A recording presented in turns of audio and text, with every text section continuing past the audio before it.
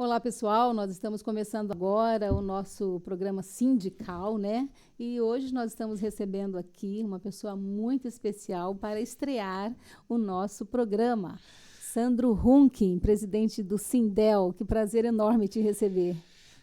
Elza e aqueles que nos assistirão, porque nós estamos aqui nesse momento na presença de Elza Caldeira, uma grande comunicadora, uma grande guerreira. Para mim é uma satisfação inaugurar esse programa num momento tão importante que a gente vai debater muito, né, Elza? Então, assim, para mim é uma satisfação enorme de estar aqui com você, de estar com essa pessoa especial que você é, e uma guerreira, uma lutadora pelas causas sociais, pelo país, pelo Estado e por nós, né? Então, Elza, muito obrigado. Obrigado você, Sandro. Eu e o Sandro, a gente tem uma história antiga já, né? Desde a fundação do coletivo de sindicatos. Ele foi um grande incentivador do coletivo, né? Por meio do Sindel. Então, a gente tem um respeito enorme por você e obrigado. O prazer realmente é nosso. Nós estamos aqui, né, Sandro, para falar hoje contigo sobre a privatização da Copel. A Copel, que é a empresa, né, que emprega, né, tantos trabalhadores, a categoria que você representa. A gente sabe que esse é um tema muito polêmico, que está, né, nesse momento, veio à tona agora, mais ainda com a possibilidade da revogação, não é isso? E nós queremos conversar com você sobre isso hoje, pegar uma avaliação sua sobre este tema tão importante, principalmente para a sua categoria, né? Sandro, como é que você avalia a forma como foi feita a privatização, a primeira etapa, né, da privatização da Copel lá na Assembleia Legislativa? Bom, Elza, assim, eu preciso, antes de eu te responder essa pergunta, preciso só fazer um pequeno introito, né, o que a Copel representa. A Copel foi fundada em 1954 pelo então governador Bento Munhoz da Rocha, quando ele percebeu que o Paraná estava centralizado na capital. Então, tudo vivia em função da capital e ele precisava que o estado do Paraná se desenvolvesse no interior. E a única forma de fazer isso é trazer energia elétrica, que a energia ela movimenta o mundo. Então, em 1954, ele iniciou então as primeiras ligações, primeiras construções de linhas e redes para o interior do Paraná. Então, vocês vejam que a Copel ela não é de hoje. E a Copel foi construída, ela foi pensada, ela foi idealizada para desenvolvimento do estado do Paraná. Ela foi feita para os paranaenses. Ela foi pensada para os paranaenses e não para o mercado econômico. E isso foi assim de uma felicidade tão grande que o Paraná muito rapidamente começou a fazer parte da economia do Brasil. O interior do Paraná foi assim, habitado, foi colonizado, foi desbravado. Então, hoje, para você ter uma ideia, nós somos 5 milhões de consumidores. São 5 milhões de pessoas ligadas, indústrias, comércio e áreas rurais, e os consumidores como a gente simples. Então, assim, esse é um ponto que a gente precisa pontuar para que a gente comece a fazer com que as pessoas entendam o que é a Copel.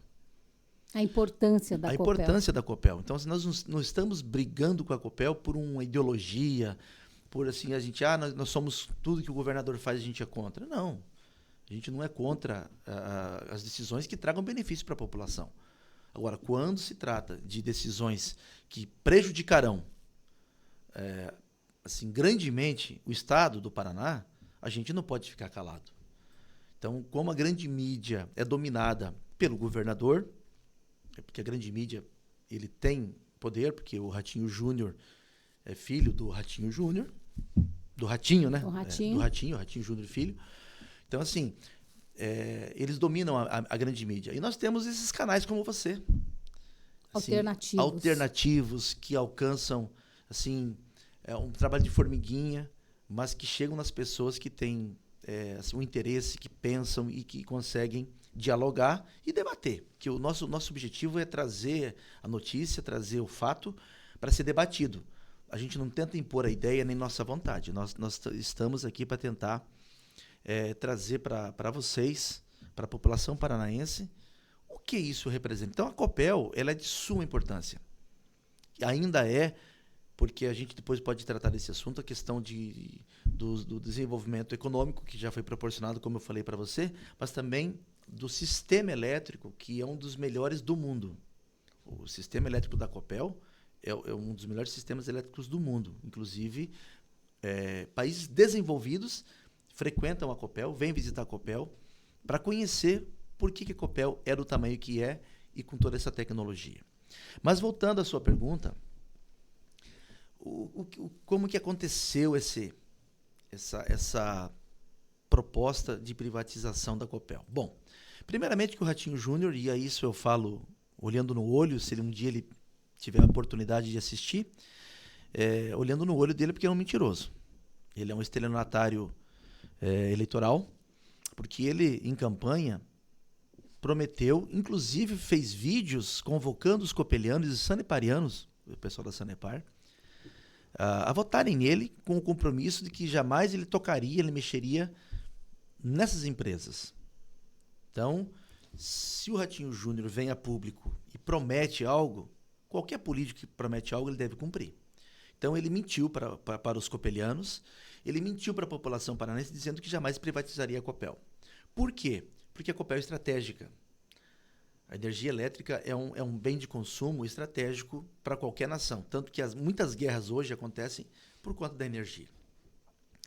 E o Ratinho Júnior, lá na sua campanha, prometeu que não iria mexer com a Copel.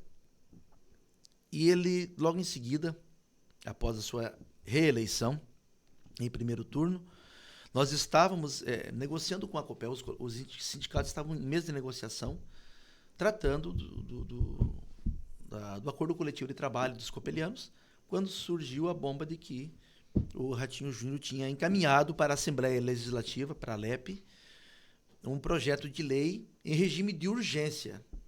Caiu como uma bomba, Caiu como uma bomba, nós ficamos perdidos e não tínhamos tempo de mobilização e nós fomos pegos de surpresa e logo na segunda-feira, numa segunda-feira surgiu a notícia, nós corremos a Curitiba, nós estávamos naquele período, quando surgiu a notícia, nós tínhamos voltado para a base para a gente discutir o acordo coletivo, quando saiu a notícia de que a Copel era a pauta de um projeto de lei de privatização. Fomos até Curitiba, na Assembleia Legislativa, começou na terça-feira a discussão. Quando foi na quinta-feira, ela passou por todo o procedimento interno, atropelado, irregular, não respeitando o regimento interno da Assembleia Legislativa, e foi aprovado com maioria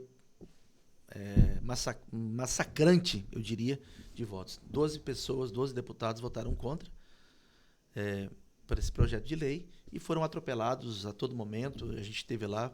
Então, assim, primeiro momento, o Ratinho Júnior mentiu para os copelianos, mentiu para o povo paranaense, iludiu, angariando votos, dizendo que não ia mexer na Copel, e logo em seguida ele entrou com esse projeto de lei e atropelou todo o procedimento, tanto que estamos questionando na Justiça. Então, esse é o início de tudo que está acontecendo hoje. Então, só para você ter, a ilegalidade já começa desde a promessa de não privatizar até, então, o procedimento que foi de aprovação da lei que autoriza a venda da Copel.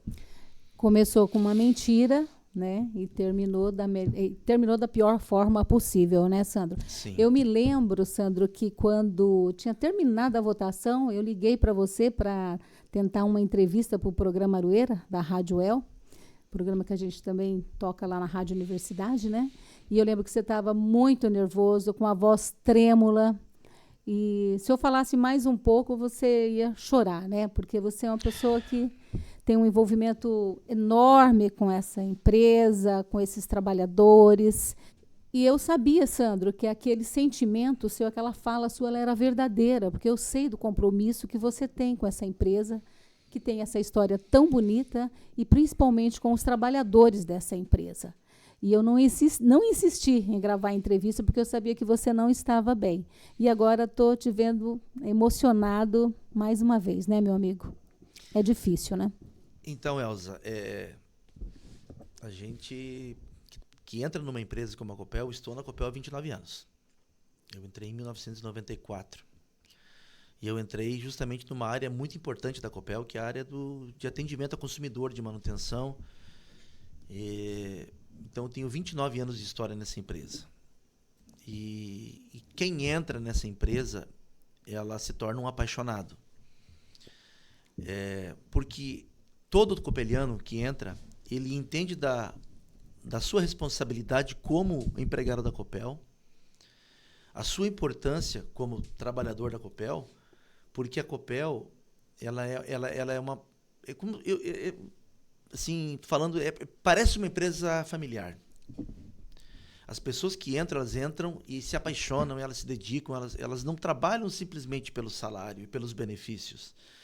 Elas entendem que o que eles representam é muito maior do que dinheiro, do que benefício.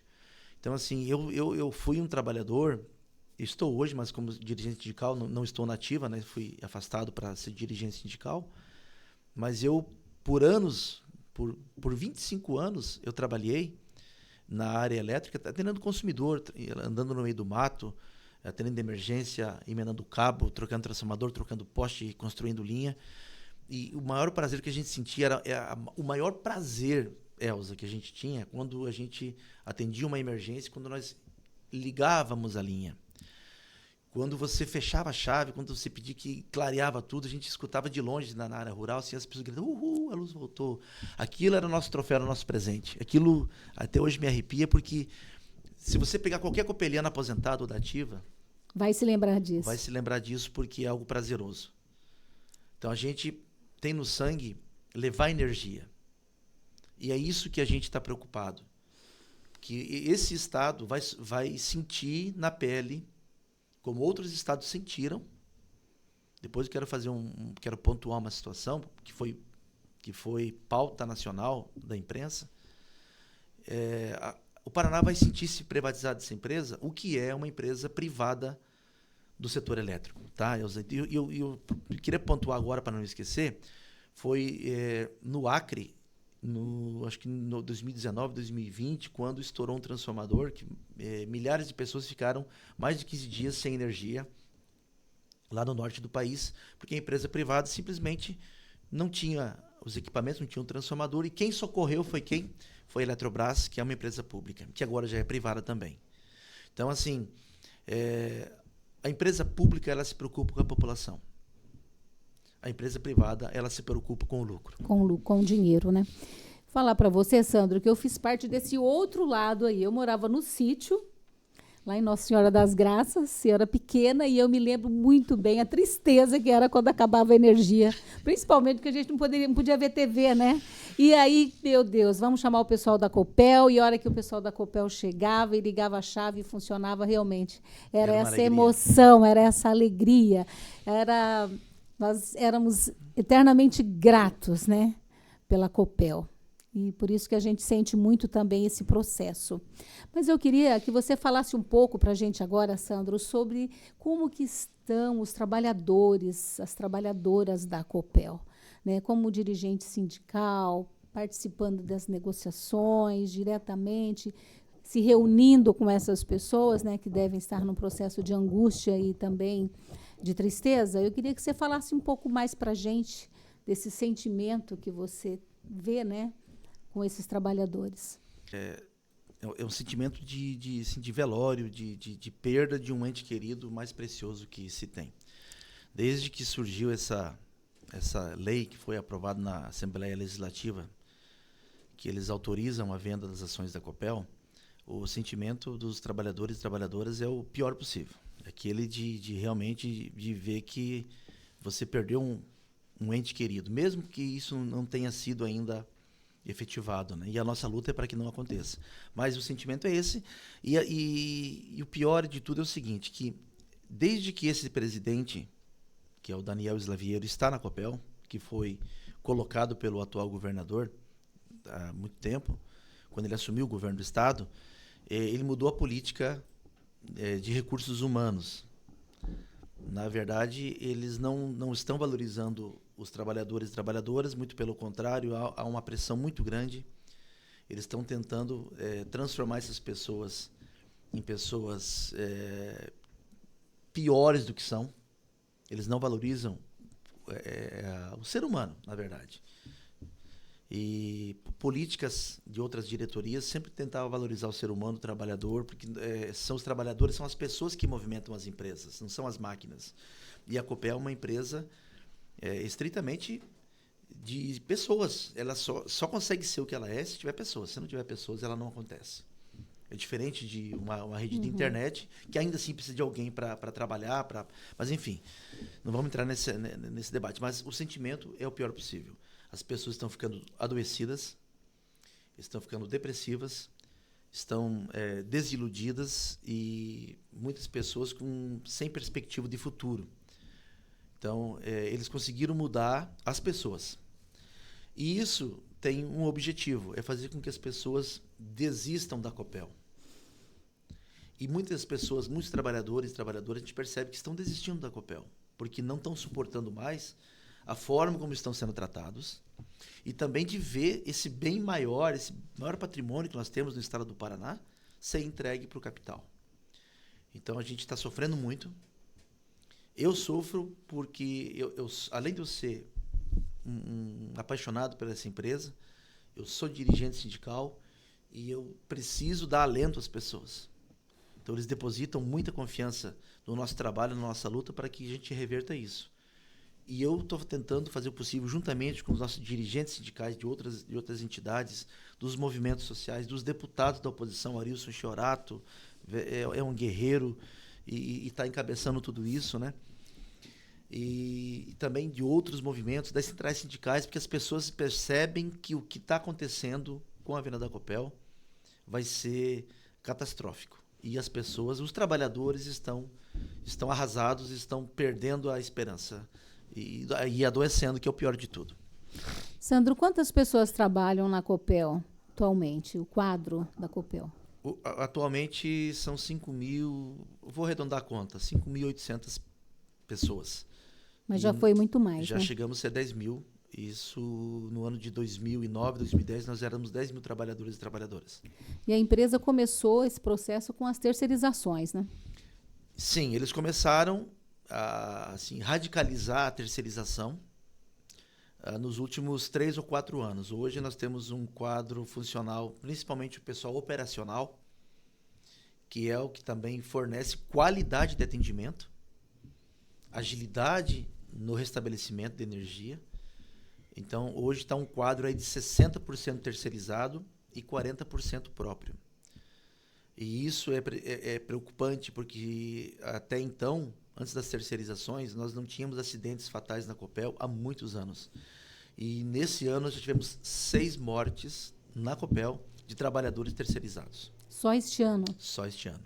Fora os acidentes com lesão, só estou contabilizando para vocês aqui pessoas que morreram, pais de família, pessoas jovens que nem pais eram, mas são filhos, porque a Copel não se preocupa mais com as pessoas, ela está se preocupando com o mercado financeiro e com os acionistas. Então, ela não se preocupa mais com os trabalhadores, ela terceiriza o problema, terceiriza a responsabilidade. E as pessoas, não desmerecendo, mas as pessoas que estão trabalhando nas terceirizadas estão com pouco preparo. Não tem o treinamento que nós tivemos, o know-how que nós temos, e as pessoas precisando do trabalho pegam. Tem boa vontade de trabalhar, mas não tem conhecimento e energia elétrica, ela é muito perigosa e ela, se você não tiver os cuidados, os procedimentos, seguir passo a passo, acaba acontecendo os acidentes e essas pessoas não estão preparadas. E acidentes com eletricidade são fatais, a grande maioria, porque é o choque, né, Sandro? Sim, a grande maioria são fatais e quando não são fatais, eles deixam as pessoas com grandes sequelas, com perda de membros, incapacitadas para a vida toda.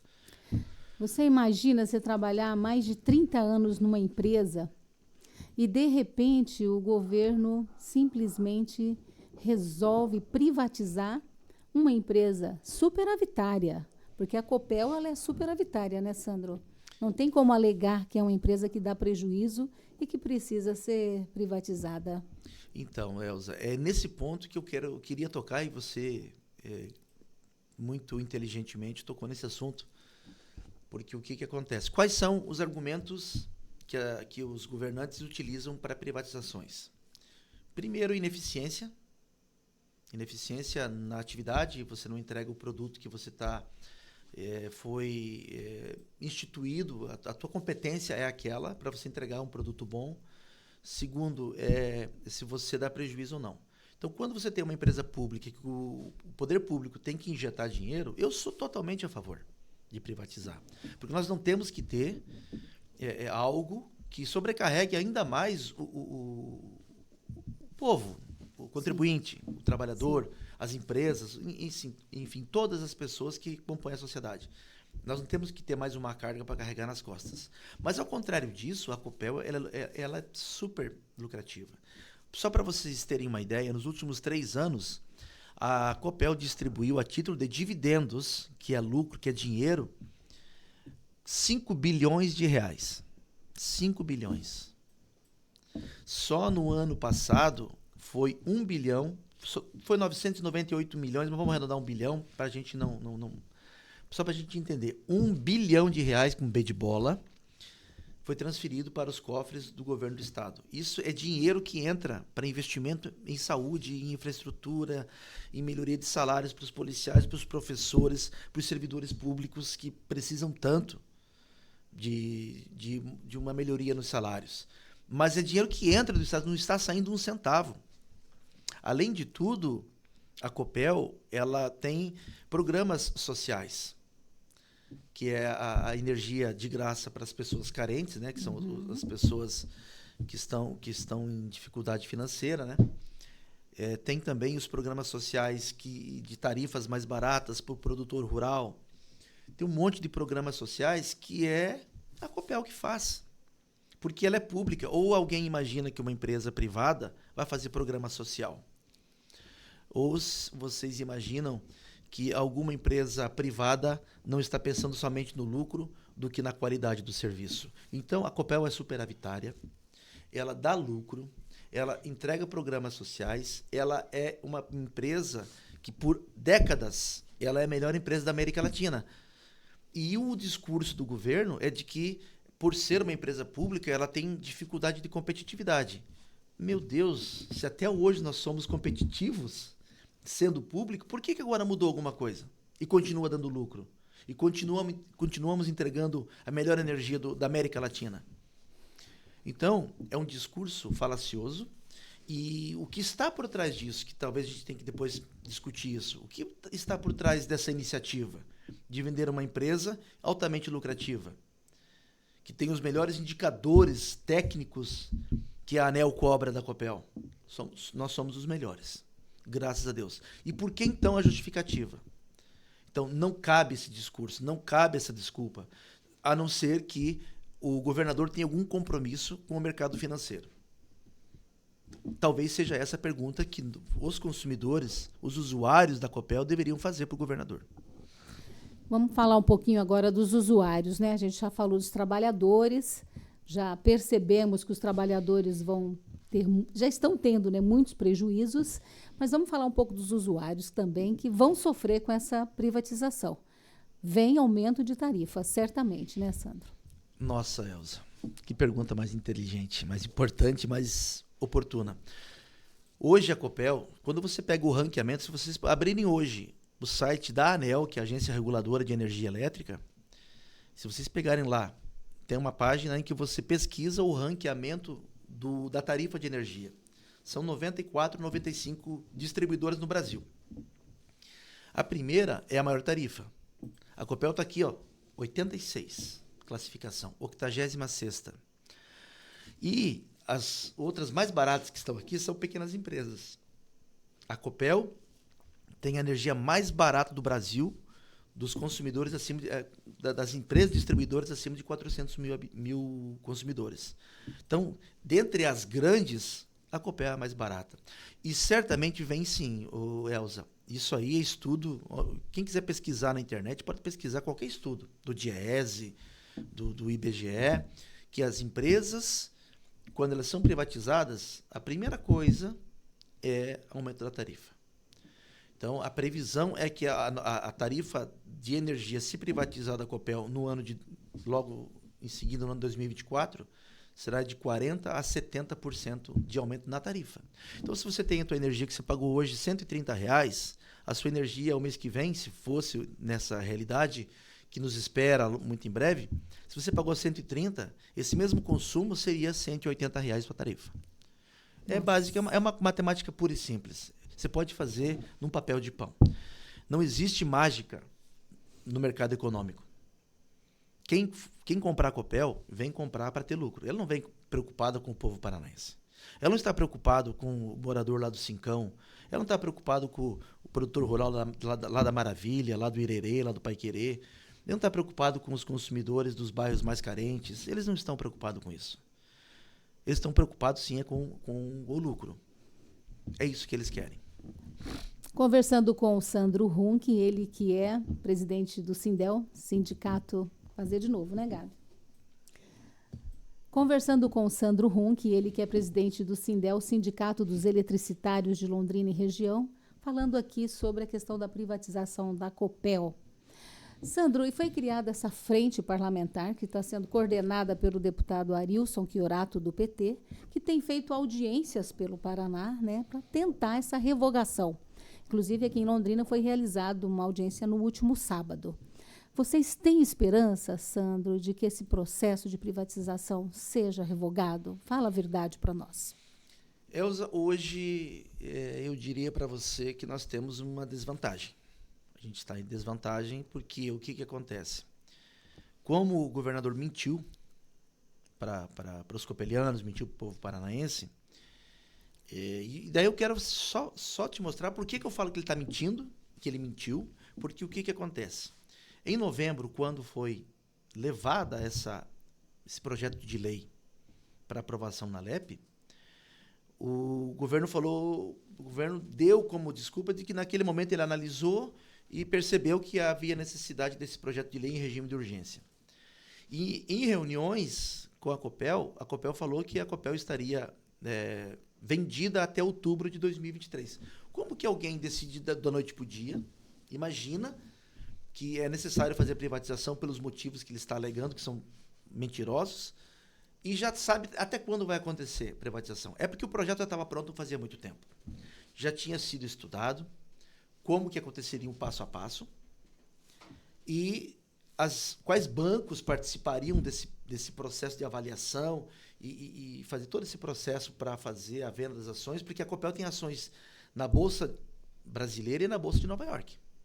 Então, não é do dia para a noite que você idealiza algo e ele se concretiza em um ano. Por isso que eu falo que ele está mentindo.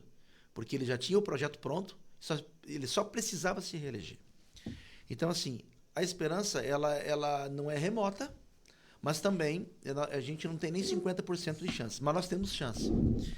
Porque o deputado Arilson Chiorato, um guerreiro, tem minha admiração por tudo que ele vem fazendo, em defesa do povo paranaense. É isso que nós precisamos deixar claro. É em defesa do Estado do Paraná. Ele não está em defesa de meia dúzia de pessoas, ele está em defesa do maior patrimônio do Estado, preocupado com a população, preocupado com os trabalhadores e trabalhadoras. Então, assim, esteve em Brasília, juntamente com uma comitiva dessa frente parlamentar, para conversar com o Haddad, para levar essa notícia ao presidente Lula, para que o Lula revogue um decreto que foi assinado pelo presidente anterior, às vésperas dele sair do poder, autorizando e regulamentando o processo de venda da Copel, de forma muito injusta. Deveria ter deixado para esse governo analisar se era estratégico ou não isso. Então, estamos na esperança de que o Lula revogue esse decreto, que seria um primeiro passo. A gente tentar barrar a alteração do estatuto, que vai acontecer logo em seguida, pela Assembleia Geral dos Acionistas, em que, alterando o estatuto, autorizando, então, o formato da empresa, mudando o formato da empresa para que possa ser privatizado. Então, as nossas esperanças são que a população se levante. Certo. Se o povo se levantar, nenhum governo resiste a essa tentação. E o povo é senhor das decisões. E o que esse governo está fazendo não está dando possibilidade, não está trazendo a notícia, não debateu com o povo. Não houve audiência, né? Ele fez uma audiência pública na semana passada totalmente manipulada, não chegou ao conhecimento da população, trouxe meia dúzia de pessoas lá. Nós não ficamos sabendo da ficamos imprensa. Nós ficamos sabendo aqui, que somos dirigentes sindicais, porque nós, por acaso, ficamos sabendo. Mas não houve uma discussão maciça com a população. Se esse governador fosse sério, ele teria feito o que o Arilson fez, está fazendo juntamente com essa frente parlamentar que eu participo, que é discutir com a população, que é ir nas maiores cidades e discutir, apresentar para os vereadores, apresentar para os deputados da região, apresentar para a população o projeto. E ele não fez isso, ele está fazendo agora, já que está decidido. Então, ele está atropelando tudo, interesse de algo que não é dos paranaenses. A nossa esperança é que a população tenha conhecimento disso e entre nas redes sociais, que se manifestem, que entre lá nos canais de comunicação da Assembleia Legislativa, que entre no Instagram, aonde você conseguir meter o dedo lá no celular, no computador, para você mandar mensagem, que você não autoriza a venda da Copel. A Copel é do povo paranaense, a Copel não é do governador do estado do Paraná. Sim. O governador foi eleito para representar o interesse público, o interesse dos paranaenses. 68% dos paranaenses votaram nele. Ele tinha que consultar esses 68% dessas pessoas. Sim. Sim. E também consultar aqueles que não concordaram com ele, que votaram em outro candidato. Então, assim, ele não está fazendo o dever de casa, que é consultar o povo paranaense. Por que ele não fez uma consulta pública? Eu tenho o prazer de debater com ele. Eu não tenho medo de debater com ninguém. Se ele me convencesse de que é necessário vender a Copel, eu seria o primeiro a apoiar ele. Mas, meu Deus do céu, isso é trair o povo paranaense, isso é quebrar o estado do Paraná. É perda de soberania. Nós termos um governo de esquerda, né, onde o presidente Lula está disposto, inclusive, a resgatar a Eletrobras. Isso quer dizer o seguinte, que no que for possível, ele deve ajudar nessa revogação da privatização da Copel, né? Então, a Eletrobras também foi outro pecado, certo? A Eletrobras, ela regula o mercado de energia no país. Ela tem 40%, tinha, né, como estatal, mas ela tem hoje 40% das linhas de transmissão do Brasil. É ela que é o coração do sistema elétrico brasileiro. E o governo anterior entregou para o mercado. Nos Estados Unidos, Elza, quem é detentor das usinas e das subestações nos Estados Unidos, um país que pensa só no mercado, que é um país aberto à economia, que não tem uma queda por estatais. Só que a energia elétrica é 100% o exército que cuida. O exército não é nem o Estado, é o exército que cuida. Na Europa, que começou com Margaret Thatcher a privatizar as empresas de energia e saneamento, todas estão reestatizadas, estão voltando tudo para o começo. Então, quem é inteligente? Quem é mais inteligente? Quem está voltando atrás agora e percebeu que a catástrofe energética e de saneamento aconteceu, estão voltando tudo para o Estado, porque o Estado tem que controlar isso, e o governador paranaense e o governo anterior que privatizou a Eletrobras. Então, está depositado tudo, todas as esperanças no governo Lula, que eu acho injusto. Porque o Lula tem tanta coisa para se preocupar com o país e agora as pessoas querem depositar somente nele essa bala de prata. Mas esperamos que o Lula tenha condições políticas para fazer isso, para revogar esse decreto, para negociar com os deputados, para que revogue, inclusive, a lei que autorizou a privatização da Eletrobras. Então, assim, é uma missão muito complicada. Mas há esperança, sim, porque esse governo se preocupa com o povo e por isso que ele quer manter as empresas públicas. Porque ele sabe do potencial e sabe da expertise dessas empresas que são estatais e da importância estratégica para a nação. Então, porque ela regula o mercado, ela não deixa o mercado avançar e encarecer a tarifa. O que acontece? Encarecimento de tarifa, aumento de preços, possivelmente desempregos e inflação. E é tudo que nós não queremos nesse momento. E o Segunda Sindical já está caminhando para o final da entrevista hoje, ouvindo aqui o Sandro Runck, que é o presidente do Sindel, o Sindicato dos Eletricitários de Londrina e região, falando sobre, é claro, né, gente, a privatização da Copel, que é um assunto que está em pauta, né? Inclusive, teve uma audiência pública aqui em Londrina no último sábado para tratar sobre este assunto. Sandro, agora, para a gente dar uma finalizada aqui, caminhando para o final da nossa entrevista, eu gostaria de conversar mais um pouquinho com você sobre essas ações da Frente Parlamentar, coordenada pelo deputado Arilson, que trata dessa questão de se fazer uma CPI, né, para se investigar realmente todas as possibilidades, né, de erros aí nesse processo de privatização. Você acha que existe aí uma luz no fundo do túnel, no fim do túnel? Então, a gente vem há algum tempo fazendo alguns questionamentos, né, juntamente com o deputado Arilson, que o deputado Arilson é o nosso cabeça, né, dessa frente parlamentar, e que a gente já tinha notícia de que havia algumas questões sobre algumas dívidas que foram originárias pela Copel em alguns acordos internacionais. E está sendo discutido num tribunal arbitral internacional uma dívida com uma empresa canadense. É pauta aí de alguns jornais, agora a Copel veio desmentir, mas a dívida existe, ela desmentiu, mas não desmentiu. Ela tentou distorcer, mas a dívida existe. E a gente tem que descobrir o porquê. E o Arilson, o deputado Arilson, com base nessas informações, nessas pesquisas, ele está propondo uma CPI para investigar o que está acontecendo. Hoje estamos com 10 votos, ele precisa de 18 votos na Assembleia Legislativa para a instauração de uma CPI. Então a gente está correndo atrás aí, ver se mais 8 deputados abraçam essa causa. Primeiro passo, a CPI é complicada de se instaurar, porque precisa de gente para concordar com isso. Se a gente vai conseguir mais 8 pessoas que têm preocupação com o Estado do Paraná, então aí vai ser instaurada essa CPI. E a CPI ela vai cavocar muita coisa, né, Elza? Quando se instaura uma CPI, não é simplesmente porque existe uma dívida ou porque ela não foi devidamente apropriada nos balanços da empresa, mas o que está por trás disso? E isso é preocupante aos olhos tanto dos trabalhadores da Copel quanto da sociedade. O porquê que isso chegou nesse ponto, por que essa dívida, qual a causa, por que ela não está sendo devidamente apropriada nos balanços, por que ela está mascarada, por que ela está escondida e qual o objetivo disso. Então, você imagina o seguinte, olha só, vamos fazer uma análise.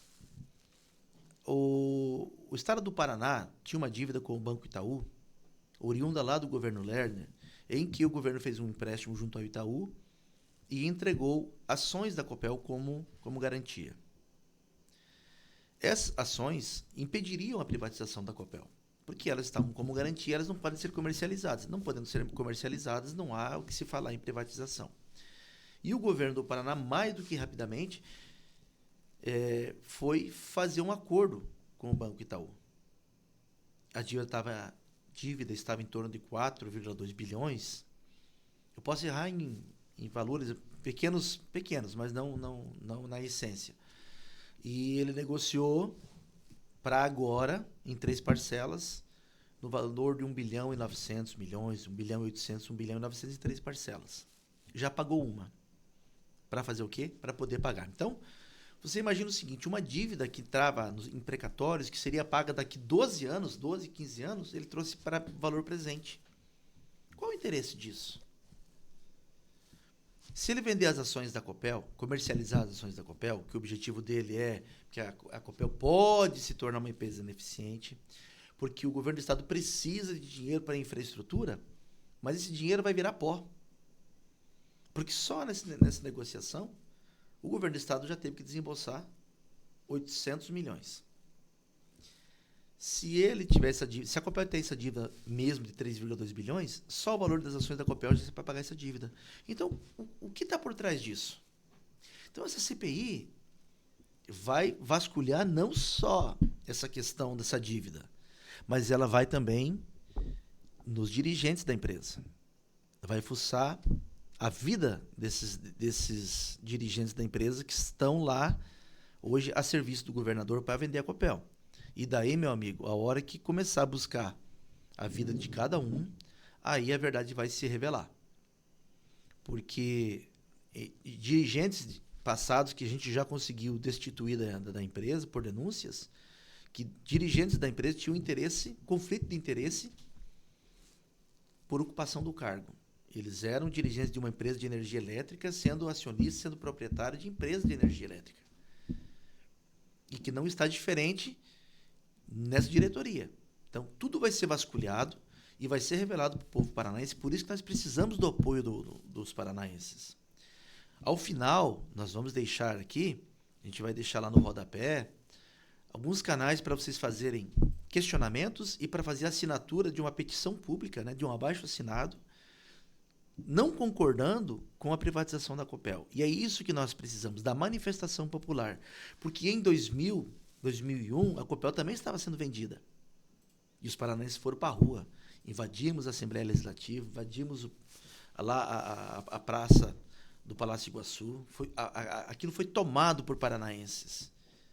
E a Copel não foi privatizada. O povo se manifestou. E por que agora isso não está ocorrendo, hein, Sandro? O que acontece com o povo do Paraná?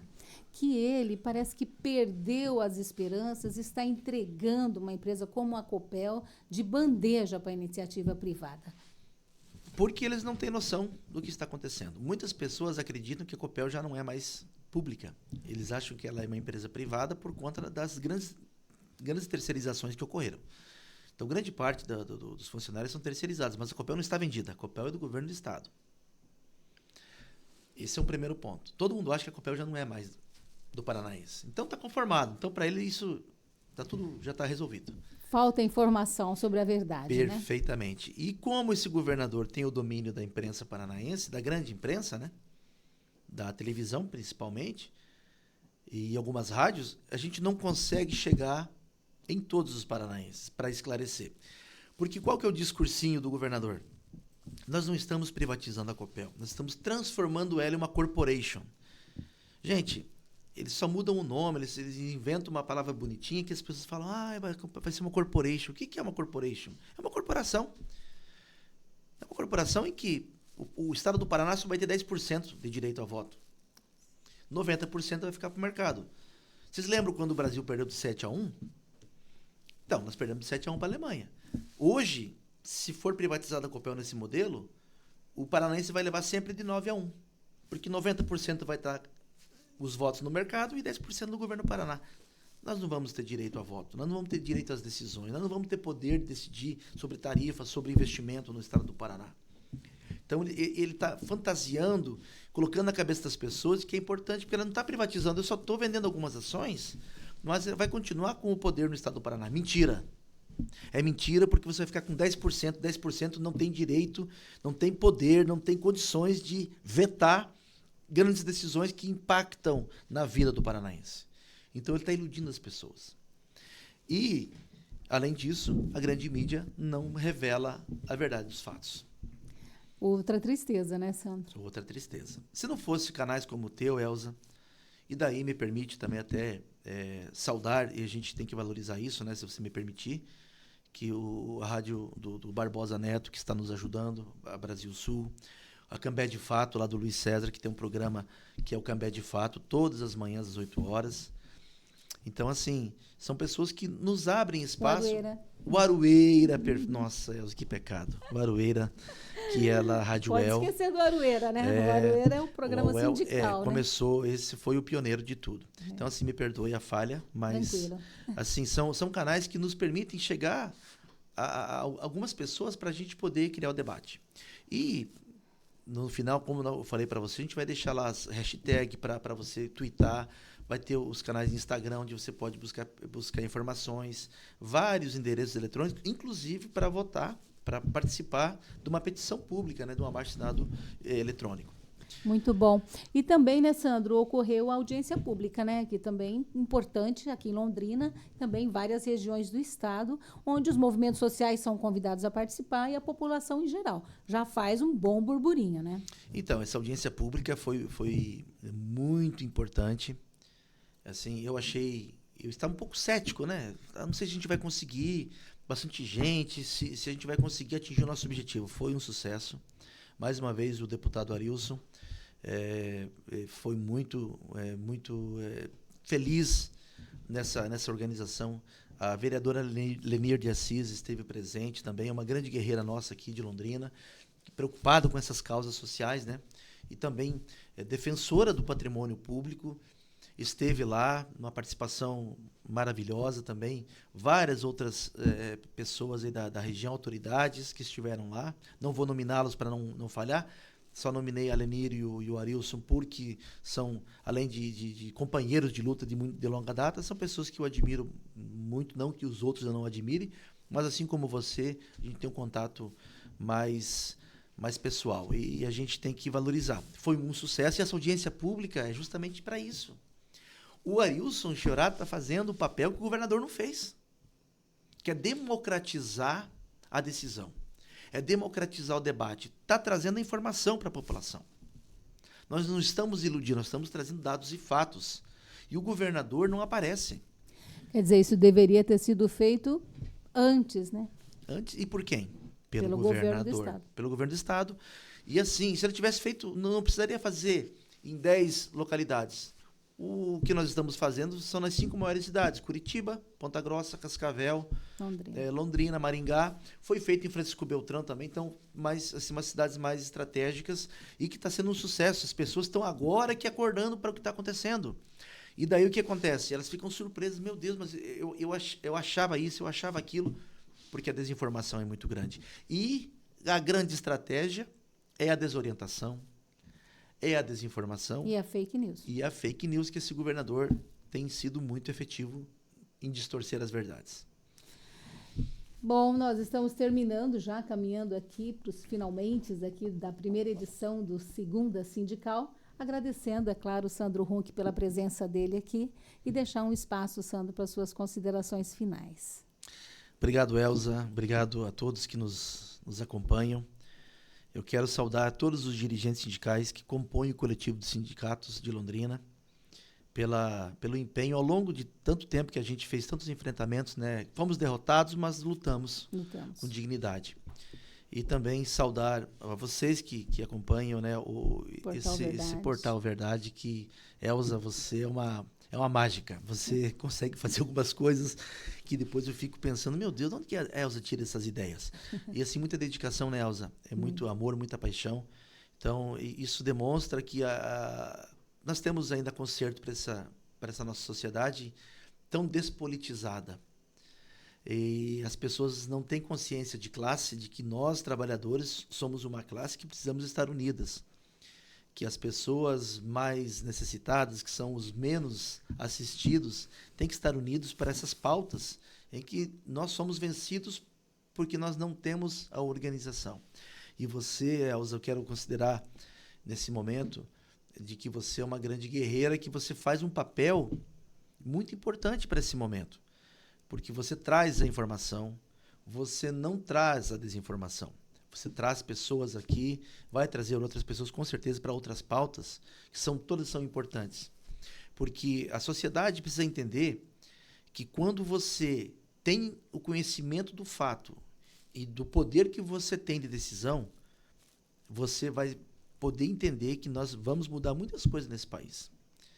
E através de canais como esses, trabalho de formiguinha, suado, dolorido, porque a gente sofre muito. Eu sei o quanto você sofre, né, Elza? Quanto você corre atrás de estar hoje aqui tentando fazer algo para o bem da sociedade. Então, minhas considerações finais são as seguintes: que a população precisa estar mais atenta aos seus governantes. Não basta você ir lá, colocar o seu voto, eleger, porque a propaganda eleitoral dele foi bonita. A propaganda eleitoral de um político é o seu dia a dia de atuação. Mas você tem que entender o que está acontecendo. Porque esse governo do Estado, se você for pesquisar o que esse governo do Estado fez, ele não fez nada de infraestrutura nesse Estado. As obras que estão acontecendo no Estado do Paraná, em rodovias, são obras que são obrigação das concessionárias que ainda não deixaram por fazer. A obra da ponte que liga o Brasil com o Paraguai, e mais o contorno para ter acesso ao Paraguai, são obras feitas pela Itaipu. Com dinheiro da Itaipu, não é do governador. Então, se ele vem a público dizendo que é obra do governo do Estado do Paraná, essa é uma obra da Itaipu Binacional. Não é do governo Ratinho Júnior. Ele está mentindo para vocês. Então, eu quero deixar claro para vocês. Esse governo está mentindo há muito tempo e nós precisamos cobrar dele responsabilidade. E o momento é agora. Votando lá na hashtag, votando naquele canal onde tem a petição pública contra a privatização da Copel. Você se manifeste, você seja contra essa aberração e que vai ficar muito caro para o povo paranaense se a Copel for vendida. Então, muito obrigado, Elza, pelo espaço e que Deus nos abençoe para que a gente consiga vencer essa batalha, que essa batalha nós precisamos vencer ela até o final do ano. Muito obrigado, Elza. Eu que agradeço, Sandro, a sua presença aqui na nossa primeira edição. Foi uma honra enorme te encontrar aqui. Muito obrigado. E que a Copel, né, tenha sucesso nessa proposta de revogação desta privatização. Estaremos aqui na torcida por isso. E nós vamos encerrando aqui essa primeira edição do Segunda Sindical, colocando aqui embaixo, aqui na nossa tela, todas as informações que o Sandro falou, para que você possa participar, para que você possa estar votando, né, estar repercutindo essa hashtag e participando desse processo de forma democrática contra a privatização da Copel. Na semana que vem a gente está de volta com mais uma Segunda Sindical. Até lá!